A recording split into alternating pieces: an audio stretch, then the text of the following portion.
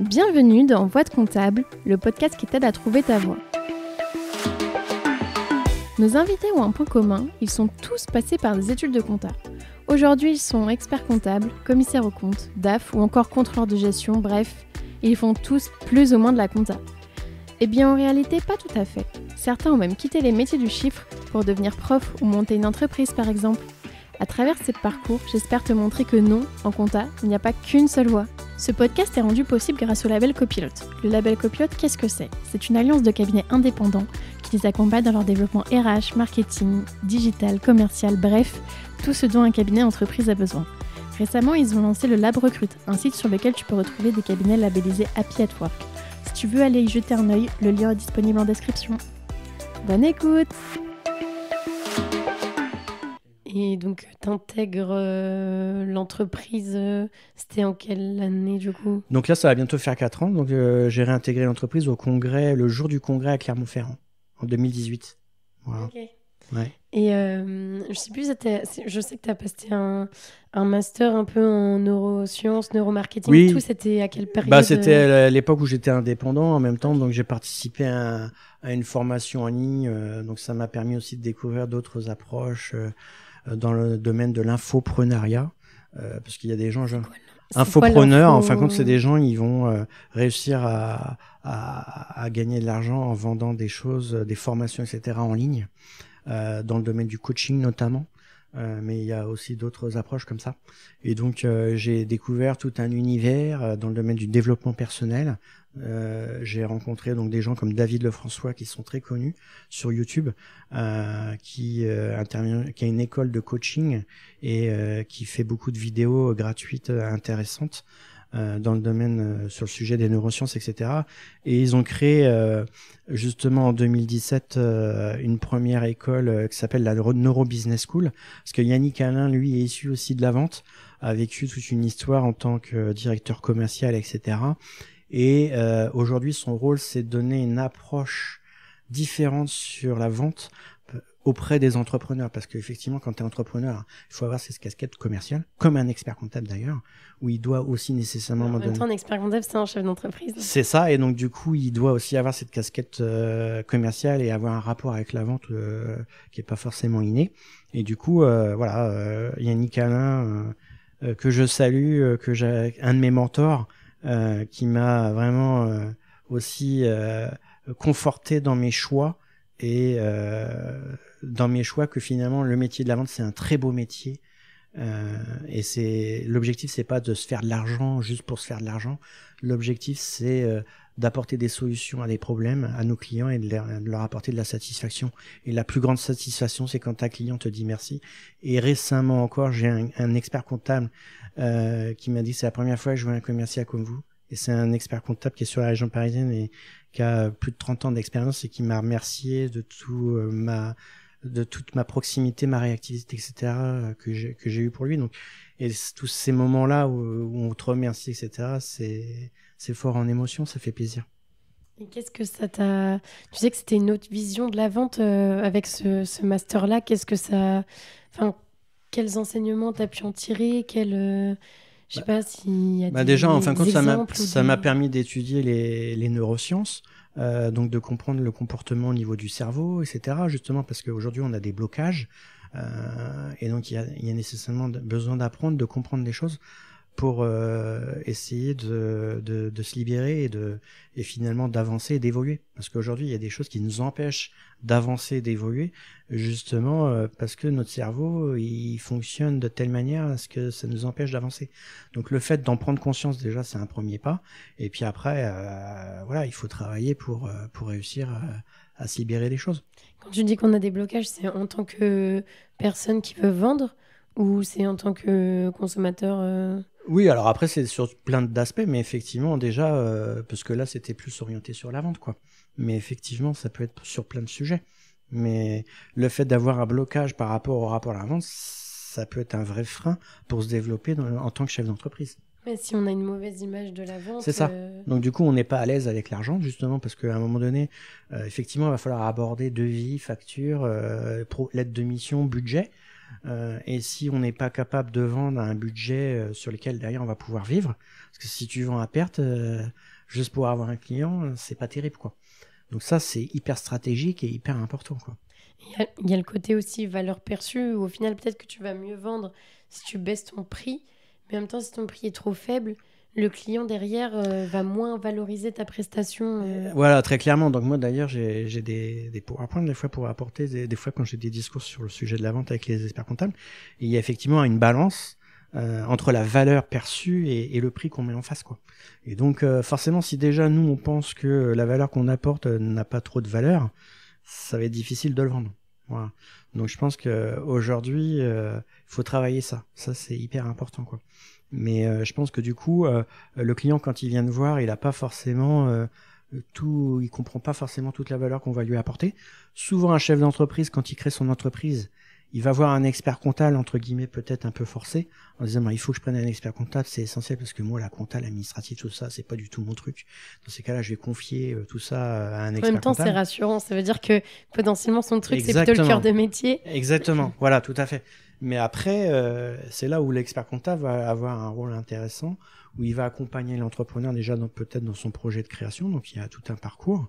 Et puis après, c'est surtout aussi lui montrer que l'expert comptable, il peut lui apporter tout au quotidien de la durée de vie de son entreprise, tout un ensemble de choses.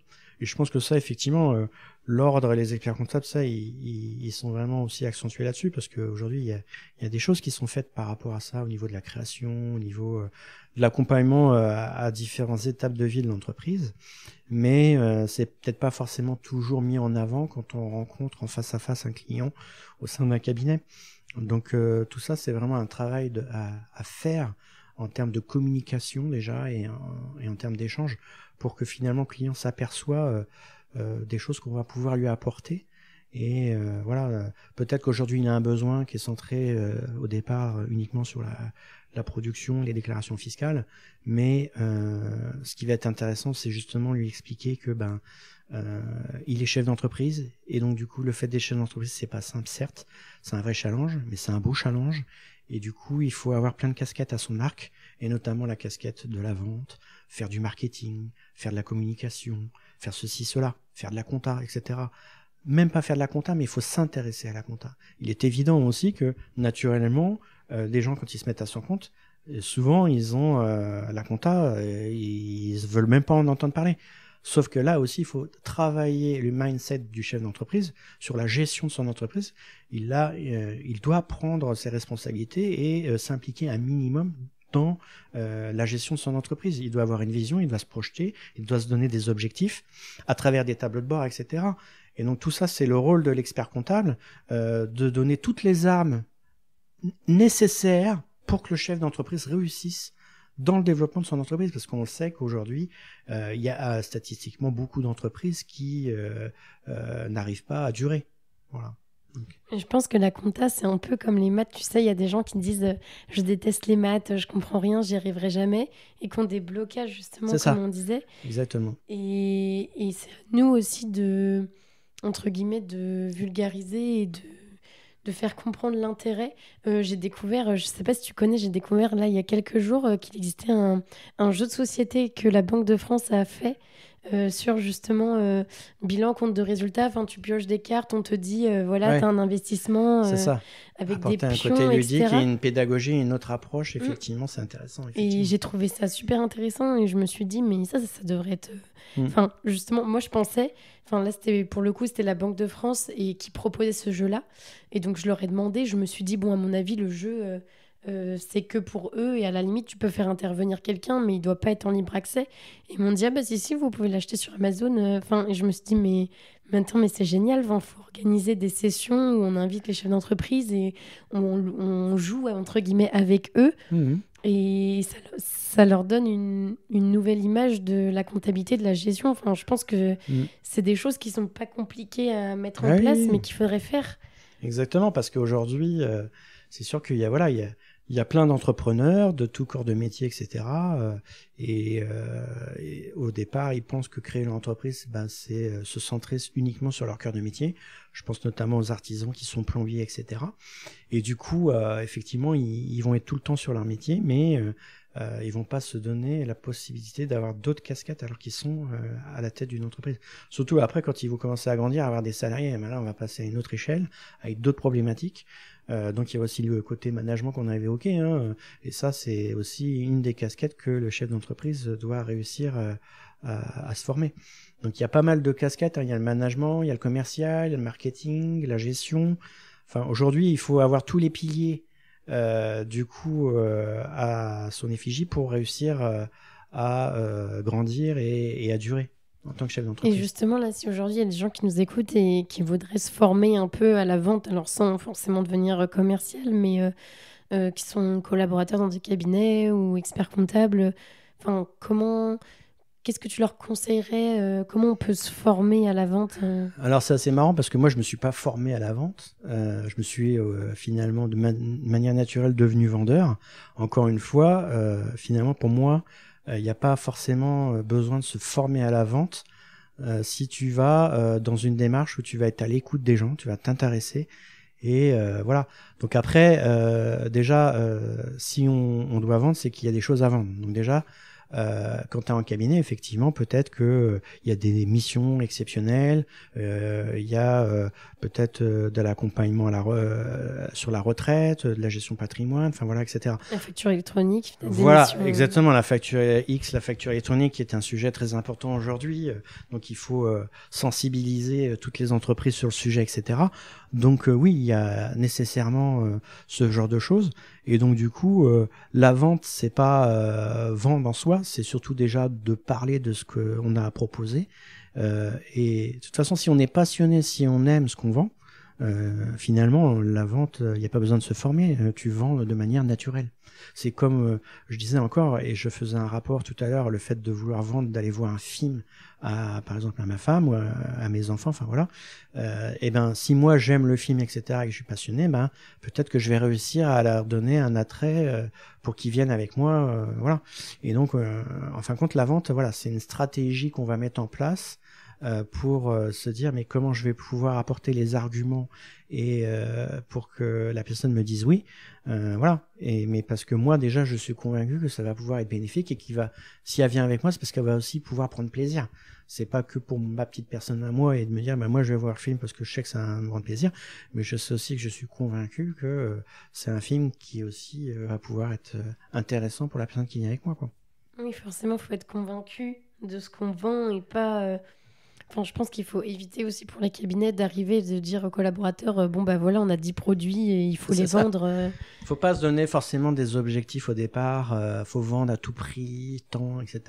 Je pense qu'il faut vraiment faire les choses de manière plaisante. Il faut que la vente soit associée à du plaisir.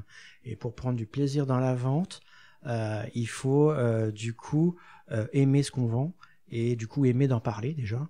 Et puis aussi d'aimer d'écouter. Et c'est surtout ce qu'il faut comprendre, c'est qu'on va apporter du service et une satisfaction à un besoin. Donc si le client il a un besoin et qu'il est demandeur et qu'on va lui apporter l'expérience du circuit de la vente qu'on va en avoir va être grandissante et du coup va lever toutes les a priori qu'on peut avoir sur le sujet de la vente. Mais c'est ça, il faut peut-être éviter justement le fait de dire bah voilà, nous on a réfléchi à un produit, voilà ce que ça se produit à tel prix, voilà on va le vendre, et peut-être plus que ça vienne des clients, d'écouter son client, et lui qu'est-ce qu'il a besoin, et du coup d'en tirer le produit. Et c'est surtout que la vente, elle n'a aucun rapport avec l'argent, parce qu'effectivement, souvent les gens ils font un parallèle direct avec l'argent. Oui, à un moment donné, on va parler d'argent. Oui, à un moment donné, on va dire ça coûte tant. Et effectivement, en face de toi, là, il faut que tu apprennes aussi des choses. Ça, c'est sûr. Il faut que tu apprennes à déceler et détecter les ressentis et les gens de comment ils vont apprécier ou pas le prix que tu vas lui mettre en face. Mais si derrière, effectivement, tu as réussi déjà, sans parler du prix, à convaincre qu'il a besoin de ce produit-là, la question prix, généralement, ne se pose pas trop, au final. En réalité, si un client commence à t'attaquer sur le prix et à te parler du prix, etc., on n'est pas là pour vendre un prix. Et donc, du coup, c'est qu'il y a un problème, il y a eu un problème dans le circuit de la vente. Donc oui, à un moment donné, faut savoir aussi que ça aussi c'est lié aux neurosciences. À un moment donné, il faut faire plaisir au client. Des fois, le client il a besoin de croire qu'il est, de penser qu'il est gagnant. dans la relation et dans la vente. Donc à un moment donné, oui, on va négocier, on peut faire des remises, etc. pour qu'il y ait un compromis et qu'il y ait un rapport où tu fais un cadeau, parce que tu montres aussi que tu as envie de travailler avec lui. Et voilà, donc on est aussi quand même sur ces approches-là. Mais des fois, moi, j'ai des clients qui me demandent même pas de remise ni rien parce que de manière naturelle, de toute façon, ils sont pas argent et puis ils sont tellement convaincus qu'ils ont besoin du produit, ça leur pose pas de problème. Après, encore une fois, on peut avoir plein de profils de gens en face, mais ça s'apprend effectivement. Mais ça s'apprend, je dirais aussi sur le terrain. Pour moi, de toute façon, la meilleure formation, encore une fois, c'est pas la théorie, c'est la pratique. Et la pratique, il faut apprendre, il faut perdre, il faut avoir des échecs. Et c'est à travers les échecs qu'on apprend. Et du coup, l'échec, il faut pas le vivre comme quelque chose de négatif, il faut le vivre comme quelque chose de positif. Et ça, je crois savoir qu'aux États-Unis, on est dans cet état d'esprit-là. Aujourd'hui, on applaudit les gens qui échouent et qui recommencent, etc. Et je pense que ce qu'il faut comprendre derrière tout ça, c'est qu'on est dans l'apprentissage au quotidien tout au long de notre vie. Et c'est aussi cette philosophie-là qu'il faut, je pense, apprendre. Il faut rentrer dans ce mindset-là, quoi.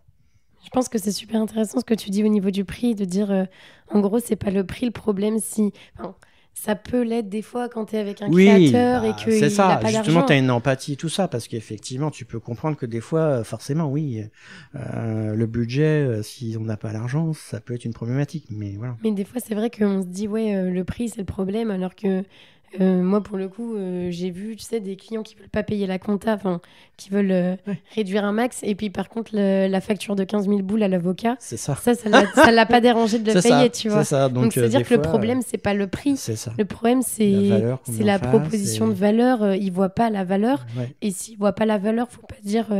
c'est pas la faute du client. Oh, mais regardez, il voit pas la valeur. C'est aussi toi, ton taf, de lui montrer la valeur que ça a. Exactement. Enfin... Donc ça, c'est pareil. Dans la vente, on apprend aussi... on fait une image avec la notion de l'iceberg. Où souvent, les gens, ils voient que la glace qui est au-dessus de l'eau, mais ils voient pas tout le back-office, tout ce qui est fait en dessous l'eau. Et en cabinet, c'est tout à fait ça. Aujourd'hui, un collaborateur cabinet, tout ce qu'il fait dans la gestion d'un dossier, c'est énorme. Il y a énormément de choses qui sont traitées. Mais souvent, on est dans un mode de facturation au forfait d'une mission auprès d'un client. Et lui, du coup, il voit pas forcément tout le travail qui est fait. Lui, il est pas vie ma vie en cabinet. C'est pas du tout quelque chose qu'il côtoie et il veut même pas à la limite s'y intéresser. C'est là la difficulté, c'est qu'il s'intéresse pas à ce qu'on fait pour lui. Donc du coup, lui, de mauvaise foi, il va plus se dire, de toute façon, ce qu'il a à faire, enfin bon voilà. Et puis en plus, maintenant, comme on parle de nouvelles technologies, d'automatisation, etc., finalement, en allant dans ce discours-là, on va plutôt accentuer la dévalorisation sur la mission. Je pense qu'il faut faire attention aussi par rapport à ça, parce que c'est pas tout à fait la réalité, quoi. Donc je pense qu'il faut vraiment montrer tout le back-office, tout ce qu'on fait au quotidien pour le client, qui se rend compte quand même de tout le travail. Voilà, surtout les aspects de la fiscalité. Il y a la TVA, l'impôt société, la CVE, il y a tous les contrôles, il y a toute la partie fiscalité, le social. Enfin, il y a tellement de sujets sur la gestion d'un dossier. Enfin, voilà, aujourd'hui, c'est pas non plus centré que sur l'automatisation de la saisie, quoi. Donc, même si aujourd'hui la facturerie, ça va arriver à peut-être apporter du plus dans la gestion des dossiers, notamment sur la partie collecte et tenue. Aujourd'hui, tout n'est pas solutionné et fort heureusement, on a encore besoin de l'humain, des collaborateurs pour gérer les dossiers. Parce que aujourd'hui, même si on va essayer de s'aider pour effacer entre guillemets les tâches chronophages et les tâches à faible valeur ajoutée, comme on pourrait le dire, moi je pense qu'aujourd'hui, de toute façon, pour s'imbiber d'un dossier, ça peut être intéressant malgré tout de passer par les écritures, au moins de les contrôler et de les valider, parce que faut s'intéresser à son dossier, faut comprendre les fournisseurs de notre client, faut comprendre ses clients, et forcément il faut se laisser un petit peu de temps, un minimum de temps d'imbibation du dossier. Et si aujourd'hui tout est automatisé, tu ne te laisses même pas le temps d'appréhender, de t'imbiber du dossier, je pense qu'à un moment donné il va y avoir un souci, quoi. Donc si on veut aussi accompagner le dirigeant, il faut bien connaître le dossier de son client. Et pour bien connaître le dossier de son client, il faut au minimum se laisser un petit peu de temps de la gestion du dossier et de voir un petit peu ce qui s'y passe, quoi. Et donc ça passe aussi par la révision, le lettrage des comptes. Enfin voilà, c'est tout un ensemble, quoi. Et ça veut dire qu'il faudrait que nous aussi on soit pédagogue un peu avec le client, de lui expliquer tout ce qu'on fait, parce que tu sais, contrairement aux avocats, où eux, dès qu'il y a un appel, dès qu'il y a un truc, ils te mettent, ils te facturent. Donc le client, il voit ce que la personne fait. Alors que nous, vu que c'est un forfait, et puis le client, il te demande des trucs par-ci par-là, tu te dis, bon, bah, je vais lui faire, etc. Et au final, quand c'est gratuit, je pense que ça n'a pas de valeur. Mais franchement, je pense que c'est lié vraiment depuis des décennies. Hein, et c'est l'histoire avec l'expert comptable sur la partie, je pense, justement de la vente, où je pense que c'est pas quelque chose d'inné sur bout. Alors aujourd'hui, il y a quand même des experts comptables, hein, très honnêtement. Ils ont des très bons rapports avec la vente, ils sont doués pour ça. Et il y a même d'ailleurs des experts comptables qui sont issus d'écoles de commerce, etc. Donc aujourd'hui, il y a différents cursus pour arriver au diplôme d'expert comptable. Mais ceci dit, voilà, c'est pas forcément acquis pour tout le monde. Et du coup, ce que je veux dire, c'est c'est depuis des décennies. Je pense que quand tu es expert comptable, si tu as un problème avec la vente, c'est un problème parce qu'effectivement, du coup, tu vas avoir des difficultés à vendre tes honoraires par rapport à la mission. Et donc, du coup, tu vas vendre un forfait, mais finalement, derrière, tu vas faire plein de conseils, entre guillemets gratuits, qui est inclus dans le forfait. Et le client, lui, il va prendre les choses comme acquis. Donc c'est très. C'est normal, c'est pas de la valeur ajoutée. Donc finalement, l'expert comptable, entre guillemets, il va s'impliquer pour son client, il va être à l'écoute, il va rendre service, il va y avoir ce côté relation qui va se faire. Donc je pense qu'il y a un rapport entre le client et l'expert comptable qui est très intéressant, mais qui est pas finalement juste, dans la mesure où finalement le client va pas suffisamment payer l'expert comptable en rapport, parce que l'expert comptable lui a apporté plein de valeur ajoutée, mais qui finalement n'est pas vendu. Donc c'est un peu dommage. Et je pense que c'est ça qu'il y a quelque chose à faire. Mais là, je parle de l'expert comptable comme du collaborateur, parce que effectivement, le collaborateur aussi, il faut qu'il apporte de la pédagogie. Il faut que, en tout cas, le client voit vraiment toute la masse de travail qui est à faire pour la gestion du dossier et que ça se fait pas par un claquement de doigts et que derrière les honoraires qu'on lui facture sont justifiés, voire même des fois il faut revaloriser les honoraires. Et donc tout ça, c'est des fois c'est difficile. D'être en face à face du client et lui dire les honoraires que je vous ai facturés au départ, ça va pas, il va falloir qu'on augmente. Et ça, le client des fois il le comprend pas. Et donc pour réussir à augmenter les honoraires, pour les adapter par rapport à la mission, et voilà, donc il faut vraiment avoir cette force d'échange avec le client, mais il faut pas déjà avoir un a priori et un peur de parler prix, parce que effectivement si c'était dans ce mindset là, ça va rendre les choses plus difficiles. Et là, les neurosciences reviennent parce que il y a tout le côté sans parler, le langage émotionnel. Donc les gens ressentent les choses. Donc si toi déjà t'as un a priori à la vente, t'as une peur et un problème, ça va se ressentir. Et donc le client va ressentir les choses.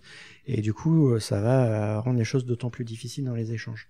Oui, si t'es sûr de toi, au final, ça va peut-être mieux passer. Enfin, le client, il va trouver ça normal. Exactement. Alors que si tu bégayes, il va se dire, ok, non, je vais pas payer. Peut-être qu'il faut un peu se décomplexer sur le fait de vendre et que des fois, quand le client, il demande des choses qui sont pas prévues dans la lettre de mission, au lieu de dire, ok, je vais le faire, de lui dire, ok, je vais le faire, mais du coup, ça sera tant. Voilà. Et des fois, je pense qu'il y a des experts comptables qui se disent, non, mais c'est impossible, il voudra jamais payer. Et puis, t'as des collègues qui disent, si, c'est bon, il m'a dit oui. Et parce qu'en fait, des fois, c'est nous-mêmes, on se dit, le client, il voudra pas payer. C'est ça, voilà. Donc déjà, si on part déjà sur cet état d'esprit-là, on se met à la place du client, on se donne des fausses idées au final.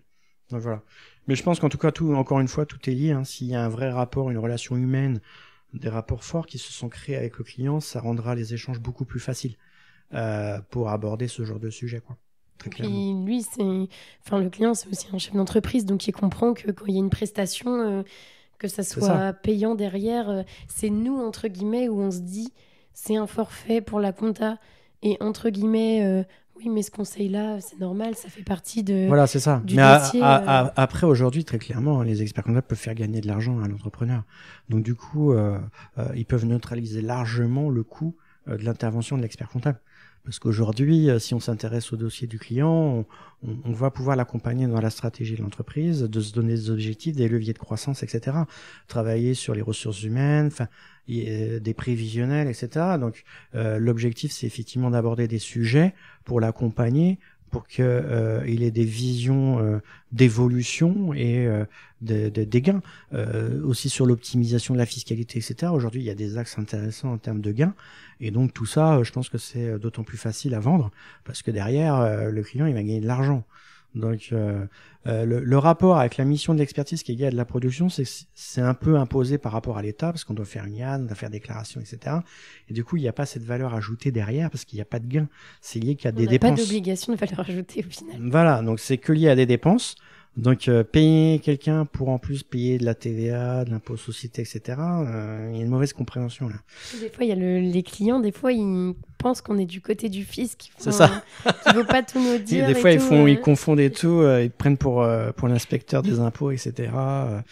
Ouais, voilà. Donc tout ça, il y a pas mal de sujets intéressants sur le plan de la relation avec son client, quoi. Mais c'est clair que si tu lui fais gagner de l'argent, que ça soit par des dispositifs de crédit d'impôt, ou ça peut être aussi lui faire gagner du chiffre d'affaires ou autre, le client, si tu lui fais gagner 10 000 euros, il va pas avoir de mal à te payer 1 000. Voilà. C'est logique. Voilà, donc l'objectif, c'est pas... Je pense que c'est vendre plusieurs missions. Donc il y a une mission d'expertise, mais il y a aussi une autre mission sur d'autres stratégies de l'entreprise, où là, il va y avoir des véritables gains. Et du coup, après, voilà. Il y aura peut-être moins de difficultés de vendre une mission d'expertise en plus, quoi. C'est ça. Du coup, aujourd'hui, toi, tu es ingénieur commercial. Qu'est-ce que ça veut dire ? Oui, alors ingénieur commercial, j'ai repris l'ancien intitulé que j'avais dans l'autre entreprise, mais bon, après ça, je suis commercial, tout simplement. Donc après ingénieur, si on regarde sur Google la définition, etc. Voilà, c'est effectivement lié un peu avec ma casquette technique, où je vais au-delà de vendre, j'arrive à comprendre plus facilement les problématiques et tout ça, donc je vais plus dans la technique, dans l'accompagnement, etc. Donc voilà. Et qu'est-ce que tu fais concrètement aujourd'hui ? Parce que tu disais des fois que tu avais des experts comptables qui étaient un peu surpris de ta façon, de ta vision, de la façon dont tu appréhendes les choses. Tu me disais aussi en off que tu faisais beaucoup de rendez-vous et que des fois, entre guillemets, tu discutais beaucoup avec les clients où tu leur donnais des conseils, qu'ils étaient peut-être un peu surpris des fois que tu leur fasses des remises. Quelle est ta vision un peu du commercial ? Toi, est-ce que tu estimes que tu es peut-être différent de beaucoup de commerciaux et en quoi tu es peut-être différent dans ton approche ? Alors, je pense que moi, mon mindset, c'est vraiment d'aider les gens. Donc ça, c'est hyper important pour moi. Moi, je m'intéresse vraiment aux gens et ce que je veux vraiment, c'est de manière sincère et honnête, c'est d'aider les gens. Donc du coup, voilà... je sais que des fois, quand on change de logiciel, forcément, il y a une phase d'apprentissage qui est pas toujours évidente pour tout le monde. Ça, chacun a plus ou moins des facilités ou pas. Et donc, du coup, moi, je propose toujours de manière gracieuse, entre guillemets, de les accompagner, de commencer à rentrer dans les outils, de voir un petit peu pour leur faciliter la compréhension, la prise en main, etc. Et ça, je le fais d'autant plus facilement avec des jeunes experts comptables qui démarrent ex nihilo. Donc voilà, donc c'est vrai que c'est intéressant voilà, j'aime bien être en relation avec les jeunes experts comptables qui démarrent, qui n'ont pas forcément des budgets formation, etc. Donc du coup, je leur dis voilà, je peux vous accompagner déjà pour une première prise en main. Je suis pas formateur parce que j'ai pas été certifié ni rien et j'ai pas les prétentions de faire exactement ce que fait un formateur au sein de mon entreprise, mais déjà c'est de leur donner une prise en main facile de l'outil comptable. Après, notre outil il est intuitif, dès que s'agit de comptabilité, tu es expert comptable, donc tu connais déjà le métier, donc c'est des choses quand même qui sont assez simples de prise en main, quoi. Et justement, tu me dis que que tu aimes bien côtoyer les jeunes experts comptables. Est-ce que tu remarques des différences peut-être dans la façon de penser entre peut-être la plus jeune génération et les plus anciens ou... Non, après, non, honnêtement, je pense que c'est marrant parce que la tranche d'âge, pour moi, elle n'a pas forcément de lien. Au départ, c'est vrai qu'on pourrait croire cela, mais c'est erroné. Aujourd'hui, moi, j'ai rencontré une personne qui avait 60 ans et elle avait en tout cas une facilité de prise en main des logiciels et tout ça, c'était son ADN, etc. Et il n'y avait pas de problème. Et je peux très bien avoir des jeunes qui ont des problèmes avec les nouvelles technologies et qui ont des grosses difficultés, voilà. Donc franchement, ça c'est pas un rapport d'âge, quoi. Après, je pense qu'effectivement la nouvelle génération est peut-être plus facile en termes de communication, en termes d'échange et tout ça. Je trouve que voilà, ce côté-là, ils sont plus ouverts, plus il y a ce côté-là qui est un peu plus comment dire, voilà, ils ont plus de facilité dans ce domaine-là, quoi. Ok. Et est-ce que tu as des anecdotes un peu avec des experts comptables, toi qu'on a côtoyé beaucoup, sur sur le logiciel ou autre Bah oui, après, c'est sûr que je pourrais avoir plein d'anecdotes, hein, des anecdotes heureuses ou moins, hein, parce que des fois, il y a des experts comptables, forcément, ils sont souvent en stress, sous tension, etc. Donc, sur le plan humain, c'est pas toujours facile, etc. Donc, quand toi, tu veux les aider, c'est pas toujours simple de les voir pas assez disponibles pour prendre le temps et voilà, de t'écouter, etc. Ou alors d'autres anecdotes où, effectivement... on a des relations où on devient quasiment amis. Il m'invite au restaurant, tout ça. Donc voilà. Donc c'est pour ça que c'est un métier diversifiant et intéressant aussi sur les échanges. On parle pas que de logiciels, on parle pas que de compta. On va parler de plein de choses. J'ai des experts comptables, ils m'invitent des fois dans les réseaux BNI. Enfin voilà, moi je fais plein de choses aussi intéressantes comme ça pour développer mon réseau et parler aussi de mon entreprise, des logiciels, mais après, voilà, c'est intéressant aussi dans ce domaine-là, quoi. C'est marrant que ce soit eux qui t'invitent, alors que c'est des clients. Parce que tu sais, souvent, c'est plutôt le commercial qui va inviter son client à manger. Ah ou... oui, non, c'est un peu dans l'étape de séduction. Et en fait, là, non, c'est Ouais, bizarrement, c'est vrai que c'est souvent l'inverse.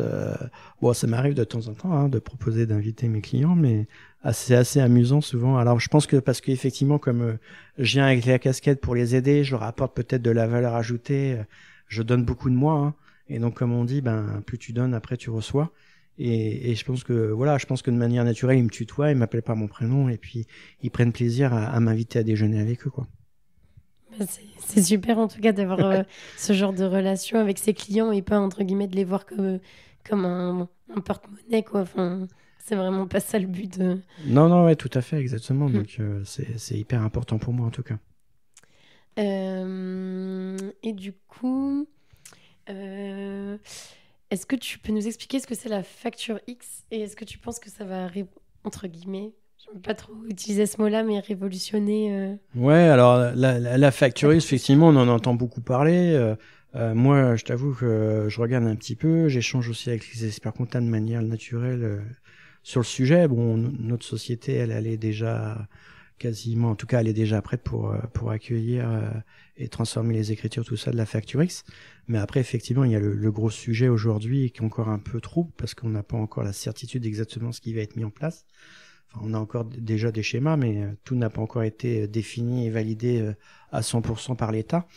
Mais en tout cas, oui, la facture électronique, ce qui est intéressant dans le format, c'est que c'est un fichier électronique qui contient toutes les données de la facture et qui va être facile à lire pour transformer en écriture. Donc là... c'est pas juste un... Parce que des fois, il y en a qui me disent, mais si, on a déjà la facture électronique, on a le PDF. Mais ouais. C'est plus que le PDF. Non, voilà, c'est ça. La facture X, c'est une facture PDF pour conserver, on va dire, l'œil humain, voilà, et accouplé avec un fichier XML. Donc aujourd'hui, c'est, en tout cas, ce format-là, hein, est-ce que la norme a peut-être évolué? Aujourd'hui, c'est un code XML qui contient toutes les données utiles de la facture. Donc pour l'instant, c'est le montant, la date, etc. Donc ça, ce sont les éléments utiles qui vont permettre de générer une écriture. Après... je pense qu'effectivement ça va faciliter l'automatisation pour générer une écriture, mais comme j'ai pu dire auparavant dans nos échanges, je pense que en soi ça va pas non plus bouleverser et révolutionner pour moi la mission de l'expertise comptable, parce que les gains de productivité qu'on peut avoir sur la saisie, c'est pas des gains de productivité sur la totalité de la gestion d'un dossier, parce que on doit gérer un dossier sur toute la partie fiscalité, sur la révision. Il y a quand même beaucoup d'autres choses à gérer sur un dossier qui n'est pas lié à la tenue, hein. Donc aujourd'hui, on a même des cabinets qui externalisent la tenue, notamment à Madagascar, hein, où là le SMIC, faut le savoir, mensuel à Madagascar, c'est 40 € par mois. Donc du coup, quand on externalise là-bas, des fois ça coûte moins cher que de payer un collaborateur pour faire la saisie ici. Mais ce que je veux dire... J'espère que ça coûte moins cher. Parce que ouais, sinon, voilà, c'est ça. Mais ce que je veux dire, c'est que la facture X, non, elle est censée remplacer la partie opération de saisie. Et donc, du coup, là, la valeur, combien ça coûte pour saisir, du coup, c'est complètement robotisé, automatisé. Donc, voilà, il n'y a plus besoin de personne sur ce sujet-là.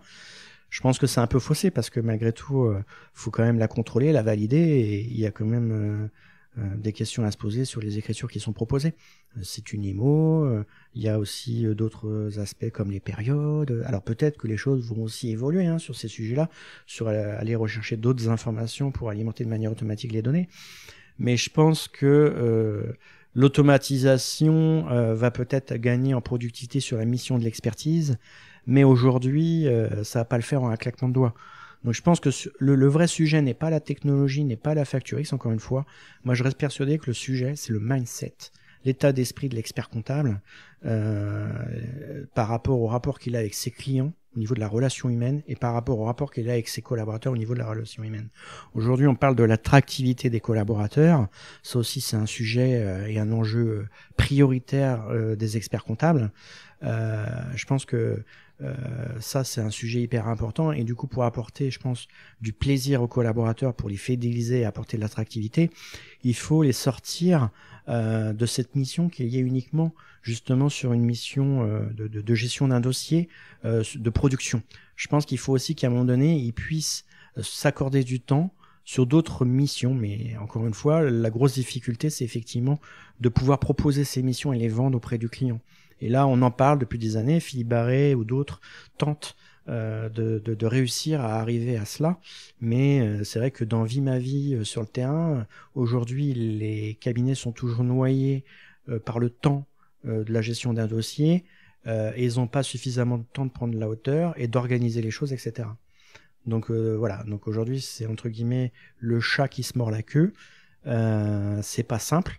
Donc je pense qu'aujourd'hui, il faut reprendre des nouvelles ressources supplémentaires pour réussir à réorganiser le cabinet. Mais tout cela doit être lié aussi par rapport au mindset, encore une fois. C'est super intéressant ce que tu dis, où tu lis un peu l'attractivité avec la facture électronique. Et c'est vrai que en fait, peut-être que ça va être une opportunité, mais pas là où on l'attend. Donc pas tant sur les gains de productivité, sur les coûts d'un dossier, mais peut-être que ça va permettre de redorer un peu l'image de la profession et de plus attirer. Enfin, moi, je sais que, tu vois, quand je vois des fois, il y a des experts comptables, ça leur fait un peu peur, la facture électronique, alors que parmi les étudiants et tout, on se dit, mais c'est trop bien, on attend que ça, quoi. Enfin... Oui, bien sûr. Parce que l'idée, encore une fois, on parle de tâches chronophages, de tâches à faible valeur ajoutée, et personne ne s'intéresse à ça. Si à la limite, on peut m'enlever ces tâches-là pour que je fasse autre chose, clairement, c'est du bon sens. Ça va apporter de l'attractivité parce que je vais pouvoir faire autre chose. L'idée, c'est pas de redonner d'autres dossiers. C'est parce que pareil dans la vente, ce qu'il faut savoir, c'est que quand on a un client, il est plus facile de vendre à un client que de vendre à un prospect. Et donc du coup, quand on a un client il y a un rapport de confiance qui a été établi, etc., il est plus facile de lui vendre une autre mission en plus, parce qu'il y a déjà un rapport de confiance, une relation qui est établie. Donc, je pense qu'il faut vraiment se concentrer sur le portefeuille client, s'occuper de ses clients le mieux possible qu'on peut. Et là, il y a des vrais leviers de chiffre d'affaires que sur le portefeuille client existant. Il n'y a pas nécessairement besoin de faire de la croissance organique et d'aller chercher des nouveaux clients. Ouais, déjà, se concentrer sur ce qu'on a. Encore une fois, c'est le chat qui se mord la queue, parce que plus on va avoir des nouveaux clients, plus on va avoir des nouveaux dossiers, plus il faut qu'on ait des collaborateurs. Alors qu'il y a déjà une problématique aujourd'hui de recrutement. Donc voilà. Donc je pense qu'il faut faire attention à ça. En même temps, certains te diront oui, mais les marges diminuent. Du coup, on est obligé, entre guillemets, d'avoir plus de clients. Mais en soi, on pourrait conserver son nombre de clients et augmenter le panier moyen. C'est ça, exactement. Donc il faut aller chercher des nouveaux leviers de chiffre d'affaires et de marge sur un client. Et en conservant les mêmes ressources humaines. Voilà. Et vraiment s'intéresser au client et pas débarquer et lui dire ah bah tiens j'ai un nouveau produit et le vendre. Je pense qu'en fin de compte le client l'expert comptable il a ce mindset malgré tout de s'intéresser à ses clients, parce que ça par mon expérience je le vois tout le temps, mais après c'est justement ce rapport avec la vente où des fois c'est pas toujours évident, et puis il y a ça, et puis aussi se dire mais est-ce que j'ai le temps de lui vendre ça? Parce que aujourd'hui, dans la vraie vie, encore une fois, on est lié à des problématiques de gestion de temps, et que, pour l'instant, dans la vraie vie, les collaborateurs, ils sont déjà débordés dans le temps de la gestion de leur dossier. Donc, du coup, on peut pas finalement apporter des nouvelles missions. Donc, il y a chaque phase, je pense, aujourd'hui à appréhender.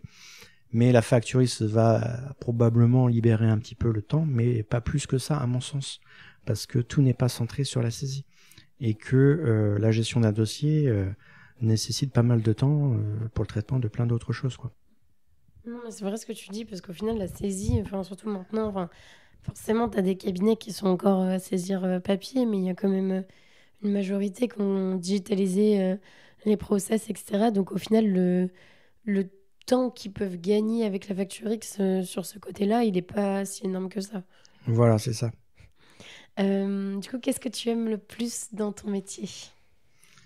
Oh, ce que j'aime le plus dans mon métier... À part tourner des podcasts. Non, là, très honnêtement, je sais pas ce que j'aime le plus ou pas. Moi, ce que j'aime le plus, c'est la relation humaine et la découverte des gens. C'est ça que j'aime, quoi. Est-ce que t'aimes le moins? Ce que j'aime le moins, c'est finalement, effectivement, quand on parle de prix. Voilà. Ça veut dire que t'as mal vendu.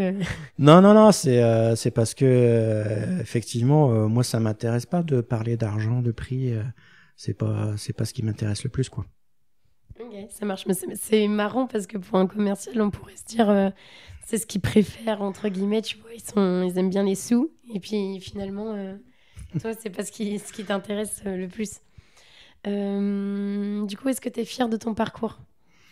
Oui, je suis fier de mon parcours. Moi, aujourd'hui, je suis content là où je suis et au poste que je suis.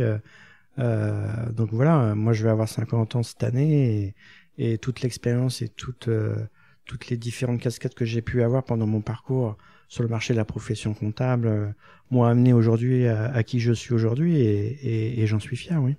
Ok, top. Et au niveau de ta situation familiale, est-ce que tu es marié? Est-ce que tu as des enfants? Oui, j'ai fêté mes 19 ans de mariage cette année, donc l'année prochaine, normalement, ça devrait arriver à 20 ans sans souci.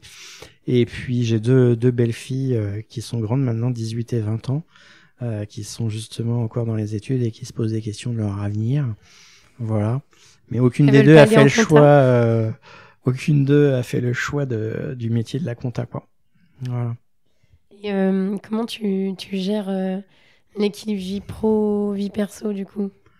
Bah écoute, ça se passe très bien. Bah maintenant, c'est vrai qu'avec le Covid, on a été amené à de plus en plus de faire du télétravail. Avec les nouvelles techno, maintenant, ça s'est démocratisé, les web visio. Bon, après, c'est vrai qu'on a ce côté relation humaine en face à face qu'on retrouve plus. Donc aujourd'hui, je reprends plaisir à prendre la voiture et à aller en contact physique en face à face avec les clients. C'est quand même beaucoup plus sympa, entre guillemets. Et en plus, je trouve que c'est plus pertinent parce que voilà, il y a toujours du bon et du plus dans chaque chose, mais à un moment donné, la web visio, ça va 5 minutes, quoi. Donc voilà, quoi. Et, du coup, au niveau des horaires de travail, voilà, aujourd'hui, que tu fais par semaine ou... Alors c'est vrai que des fois ma femme me fait un peu des reproches parce que moi, comme je suis quand même assez... Attention, il faut tenir jusqu'à l'année prochaine, là, parce que ouais, les voilà, 20 ans... C'est ça.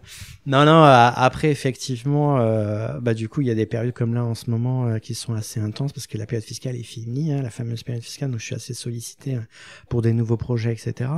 Mais voilà, donc il y a des périodes cycliques, donc il y a des périodes où j'ai un peu plus de temps, on va dire, où je fais des heures normales, entre guillemets. Mais moi, comme je suis quelqu'un d'assez passionné, etc., je compte pas les heures. En fin de compte, je suis salarié commercial, mais je travaille un peu comme un indépendant, dans la mesure où moi, je compte pas les heures. Je peux c'est peut-être pas normal, hein, mais moi, voilà, c'est comme je le vis avec une passion. Même des fois, je devrais pas le dire, mais il y a des clients, ils peuvent m'envoyer des messages le samedi, je vais aussi leur répondre. Si j'ai le temps, je vais me laisser le temps de les aider, quoi. Donc je compte pas le temps, mais parce que en fin de compte, aujourd'hui la notion du temps pour moi, elle n'a pas de, je compte pas, quoi. C'est comme je fais les choses avec plaisir. Tu le vois pas comme un travail entre guillemets au sens où le travail c'est difficile et on n'a pas envie d'y aller. Ouais, voilà, c'est ça. Comme je sais plus qui c'est qui dit ça, mais choisis un travail que t'aimes et tu travailleras jamais aucun. Voilà, je pense que c'est important de prendre du plaisir dans son travail. Des fois, forcément, il y a des moments, faut pas croire, hein, le métier de commercial, ça c'est pas évident. Hein. Il y a toujours il y a toujours une partie du métier où il y a moins de plaisir, c'est logique. Hein. Mais voilà, après, il y a une balance et il faut que la balance soit du côté positif que du côté négatif. Et donc, je pense qu'un collaborateur en cabinet, il doit essayer aussi, à un moment donné, se poser des questions. et réussir à trouver un côté plaisir. Et je pense qu'il peut même dans son métier actuel, sans faire des grands changements, réussir à trouver du plaisir, peut-être en renforçant la relation avec son client. Parce que peut-être que la relation, elle s'est pas intensifiée, elle s'est pas renforcée, parce que c'est pas venu de manière naturelle du collaborateur. Parce que ça, encore une fois, moi, quand j'étais en cabinet, j'avais quand même des échanges assez importants avec mes clients. Mais parce que c'est moi qui allais de l'avant dans les échanges avec les clients. Donc après, les choses, si tu ouvres les échanges, le client après va t'appeler plus facilement, va trouver plus d'intérêt à échanger avec toi, il va même se confier. Moi, je me souviens que quand j'étais collaborateur en cabinet, les clients me parlaient de leur vie privée, on parlait de tout. Et donc du coup, ça renforçait les liens et ça facilitait la fidélisation du client avec le cabinet, par la fidélisation du client avec le collaborateur aussi. Ça, c'est clair que le client, il aime pas aussi changer de collaborateur et on le comprend. Mais c'est comme nous quand on change de banquier, si ça change tous les 6 mois ou autre. Enfin, au final, en fidélisant les collaborateurs, on fidélise aussi les clients. Ouais, bien sûr. Indirectement, Ouais. Bah, parce que c'est de l'humain dans les deux, quoi. Exactement, ouais, tout à fait. Et du coup, quels sont tes futurs projets? Est-ce que tu veux peut-être rester... Tu penses que tu vas rester commercial jusqu'à la fin? Bah, aujourd'hui, très honnêtement, oui. Enfin, moi, personnellement, j'aimerais bien rester encore, en tout cas dans l'aventure aujourd'hui, parce qu'aujourd'hui, l'aventure, elle est prometteuse, parce que on a une vision, on a un cap. Ce qui est intéressant aujourd'hui, c'est qu'on accompagne la profession et les experts comptables justement dans ce nouveau challenge face aux défis qui nous sont mis en avant. Donc, c'est ça qui est intéressant, c'est d'avoir une vision où il y a des nouveautés qui vont arriver. C'est ça qui donne de l'attractivité dans ce que je fais. Si le métier reste toujours de la même chose, etc. Là, ce qui est diversifiant dans mon métier, c'est que je rencontre toujours des nouveaux clients, des nouveaux experts comptables et donc des nouveaux échanges humains. Et c'est ce côté nouveauté qui me plaît dans ce métier, qui est toujours remis à jour. Et ça, c'est un vrai plus. Plus avec tous les sujets qui sont aussi nouveaux. Si on parle tout le temps de la même chose, bon, entre guillemets, on parle plus ou moins tout le temps de la même chose, la mais électronique, voilà. Après, il y a quand même des nouveaux sujets qui sont liés justement comment on va essayer de se réorganiser, quelles sont les nouvelles méthodologies, les technos, voilà. Donc, et ça, c'est des sujets justement que je parle avec mes clients. Je ne parle pas que de mes logiciels parce que justement, comme je vais par curiosité lire des bouquins, regarder des vidéos, etc., et que je m'intéresse vraiment à ce qui se passe sur le marché de la profession, je le partage du coup en échange avec mes clients. Et ça aussi, c'est intéressant en termes d'échange que je peux avoir avec les experts comptables. Oui, c'est intéressant ce que tu dis parce qu'au final, du coup, tu penses pas forcément changer de métier, mais parce qu'en fait, quand on change de métier aussi, c'est parce qu'on a besoin de nouveautés. Et en fait, toi, tu as cette nouveauté dans ton métier puisque tu n'as jamais les mêmes clients, voilà. Tu n'as jamais les mêmes problématiques. Exactement. Donc au final, tu n'as pas l'impression de faire les mêmes choses tout le temps, que ce soit redondant. C'est ça. Ok, top. Voilà. J'espère que ça donnera envie à des personnes peut-être d'aller dans le commercial et peut-être dans l'édition de logiciels. Ouais, après, s'ils ont des questions et qu'ils veulent venir vers moi, pas de souci. Ils peuvent te contacter ou sur LinkedIn? Ouais, exactement. Ok, top. Et du coup, si c'était à refaire, est-ce qu'il y a des choses que tu ferais différemment ou pas? Non, je pense que je referais rien différemment parce que moi, je trouve que mon destin, il s'est fait de manière naturelle, les choses ont évolué et aujourd'hui, je suis heureux dans ce que je suis devenu et donc du coup, je referai rien du tout. Je garderai exactement la même chose, quoi. Est-ce que si tu avais quelque chose à dire au Philippe qui a 20 ans, là, il est en BTS, il est en train de galérer peut-être à trouver un cabinet, qu'est-ce que tu lui dirais Je lui dirais reste toi-même, l'authenticité, c'est hyper important. Et puis surtout cultive ta curiosité, ça fait partie de tes soft skills et ça c'est un des éléments clés qui vont te permettre d'apprendre au quotidien et d'avancer dans la vie. Écoute, merci beaucoup Philippe pour le temps que tu m'as accordé. Je t'en prie, Julie. J'espère que ça pourra servir un peu et aux collaborateurs et aux experts comptables et aux futurs commerciaux peut-être qui nous écoutent. Et puis, je te souhaite une bonne fin de journée du coup. Merci beaucoup à toi Julie, c'était super sympa cette interview, j'ai vraiment pris du plaisir à échanger avec toi. Merci. Félicitations, tu as été au bout de cet épisode. Tu peux m'envoyer un message sur LinkedIn ou Instagram pour me dire ce que tu en as pensé. Des suggestions de profils sont aussi les bienvenues. Si tu veux m'aider à faire connaître le podcast, tu peux le noter 5 étoiles sur Apple Podcast ou le partager à 2 amis, c'est gratuit. La semaine prochaine, on retrouve Angelina qui a décidé de partir faire un tour du monde tout en créant son cabinet après l'obtention de son DEC. Elle vient pourtant de redevenir salariée expert comptable et elle nous explique son choix. Pour découvrir le prochain épisode, je te donne rendez-vous dimanche prochain à 10h